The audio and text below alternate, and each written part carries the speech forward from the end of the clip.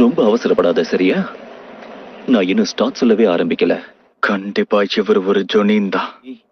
Start. நிஞ்சாஸ்க்கு எப்பவுமே பதுங்கி இருந்து சரியா தாக்குறதுக்கு தெரிஞ்சிருக்கணும். நாம 2 பேரும் தனியா இப்போ மோத போறோம். தயாரா இருக்கீங்களா?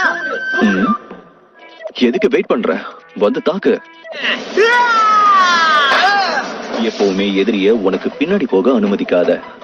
நம்ம கிராமத்தோட ரகசிய பிங்கர் ஜூட்சு. 1000 வருஷத்துக்கான அழிவு இது. சரி, எங்க விட்ட? இந்த டெஸ்ட் இப்படி முடிய கூடாது.